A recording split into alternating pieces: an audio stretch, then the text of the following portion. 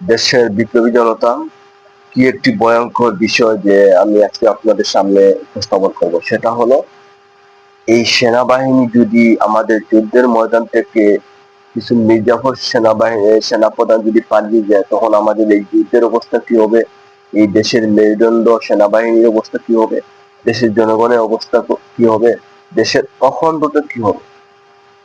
ধরেন এই খুনি হাসিনার যে যারা অপরাধগুলো করেছে, বড় বড় মেজর কর্নেল, ওরা অপরাধ করায় তো ওরা পালিয়ে গেছে।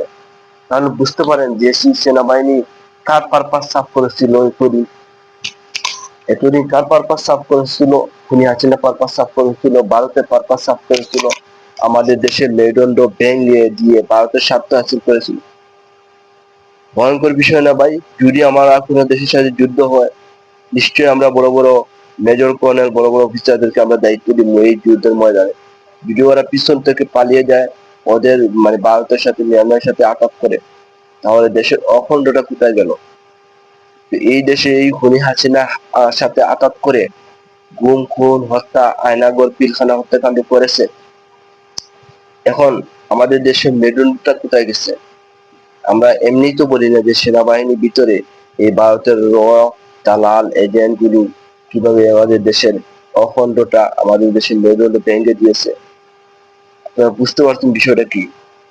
এরা কেন পালিয়ে গেল? এরা গুর্দা, এদের দেশপ্রেম, এদের এই সেনাবাহিনীর প্রতি আনুগত্যতার বিষয়টা কি রকম আপনারা বুঝতে পারছেন? এরা দেশকে এরা কি দিয়েছে?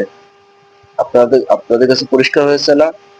আয়নার মতো পরিষ্কার না যে এই সেনাবাহিনী নিশ্চয়ই অপরাধ করেছে, গুম করেছে, খুন করেছে, হত্যাকাণ্ড করেছে, সেজন্য ওরা পালিয়ে গেছে। ধরা খাওয়ার বয়ে সেজন্য